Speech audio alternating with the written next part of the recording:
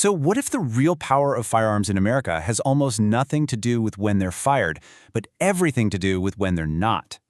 Today we're diving into a really fascinating framework from writer Chris Abraham. He argues that private firearms in the US act less like weapons and more like a form of stored potential energy, something he calls sequestered carbon.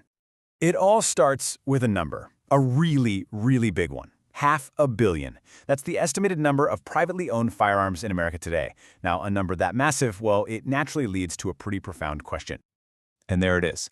If the overwhelming majority of these 500 million firearms are never actually used in a crime or a conflict, what are they even for? The argument we're going to unpack here is that their true power, their real function, lies in their potential, in their silence. And this brings us to the central metaphor of the whole idea. Sequestered carbon. Just think of it like a massive underground reserve of fuel. It has a huge impact on the world just by existing, right? The point isn't to burn it all. Its power comes from the fact that it could be used. So let's see how this applies to the structure of power in a society. Okay, so to really get what sequestered carbon means in this context, we've got to first break down how the author views the architecture of power in any given nation. So, according to the source material, most countries around the world run on 3 basic layers of power. You've got your official governance, city councils, police, the stuff you see on the news. Then you've got the shadow authority, the gangs, the cartels, the networks that operate outside the law but still hold real power. And finally, you have the federal level, the national government, the military, the big guns that can step in. But, and this is the absolute core of the argument, the United States has a unique 4th layer. This layer is made up of those 500 million privately owned firearms.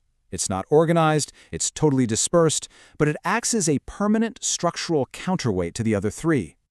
And this really gets to the philosophical why of it all. This 4th layer isn't about planning some kind of uprising. According to this framework, it's a constitutional feature that's meant to be a constant, silent reminder that all power depends on the consent of the governed, and that consent can be taken back. So let's drill down on the constitutional function of this 4th layer. The argument here is that its main purpose isn't for things like hunting or sports shooting, but for something far more fundamental to the structure of the nation itself. And here's where you see the big contrast. A lot of the public conversation revolves around hunting, sport, and collecting. But this constitutional argument bypasses all of that. It centers on this idea of parity. The idea that the citizenry should maintain a level of armament that could, in theory, act as a credible check on a standing army, and by doing so, deter any attempts at tyranny before they even start. Now you might be thinking, come on, a muzzleloader from 1791 is nothing like a modern rifle. And you're right. But according to the author, that's exactly the point. The principle of parity isn't frozen in time. It means protecting access to the kinds of arms that are contemporary to the era.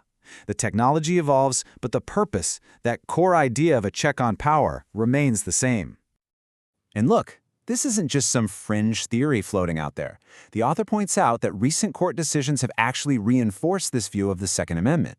And what's driving it isn't just one single powerful lobby. It's a broad, grassroots demand for ownership, with newer, more aggressive advocacy groups also playing a big role. Okay, so this brings us to the biggest, most obvious challenge to this whole theory. And it's a real paradox, one that's all about the nature of deterrence itself. So, the critics step in and say, wait a minute, if these 500 million guns are supposed to be a deterrent against tyranny, but they're never actually used for that, doesn't that just prove the whole deterrent thing as a myth? And you know what? It's a really good logical question. And here is the author's rebuttal, which really gets to the heart of that sequestered carbon idea. A deterrent that has to be used has already failed. The entire point of a deterrent is that it works by not being used. Its success is measured by its silence. It's a little abstract, I know, so think of it like this. The world's nuclear arsenals keep a certain kind of peace precisely because they are not launched. Or think about a fire extinguisher in your kitchen.